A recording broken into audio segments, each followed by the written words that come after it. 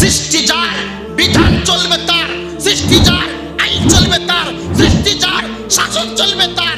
আসমান আল্লাহর, জমিন আল্লাহর, চন্দ্র সূর্য গ্রহ নক্ষত্র সব আমার আল্লাহর। আমার আল্লাহর জমিনে মানুষের মতবাদ চলতে পারে না। আমার আল্লাহর জমিনে একমাত্র আমার আল্লাহর বিধানই চলবে।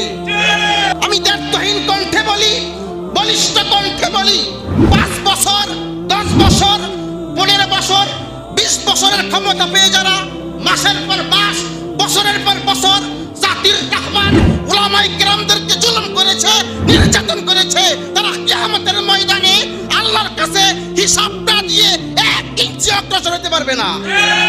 নমরুদ যখন ক্ষমতা পেয়েছে, সুপার পাওয়ার ছিল, ইব্রাহিম আলাইহিস সালামকে নির্যাতন করেছে, জুলুম করেছে। নমরুদের অস্তিত্বকে আল্লাহ টুকরা টুকরা করে দিয়েছেন।